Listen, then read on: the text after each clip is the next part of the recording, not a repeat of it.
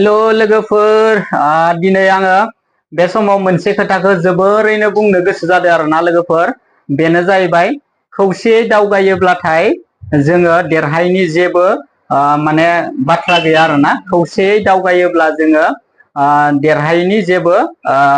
सोंलु फैया आरोना बेनिनो जोङो मोनसे उदाहरन हिसाबै दिल्लीनि जन्तर मन्तराव जिथु धरना जादोंमोन सिजेपि आरो स्टुडेन्टफोरा जिथु धरना होदोंमोन इन्डिया गभर्नमेन्टनि एगेन्स्टआव बिथां धर्मेशन प्रधान बिथाङा मानो गावनि मानो मासिनिफ्राय माने रिजाइन होबाय आरोना लोगोफोर बेखायनो बेवहायनो हमदांना मोनो आरोना लोगोफोर माने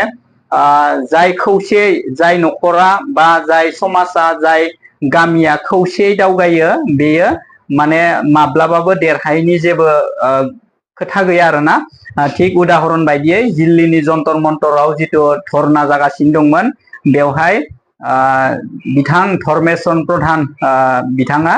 गावनि मासिनिफ्राय मा जाबायनो रिजाइन होबाय बेखौ जोङो दिनै फेसबुक इउटुब ससियेल मिडियानि गेजेरजों नुनो मोनदों आरोना नोंथांमोना गासैबो बे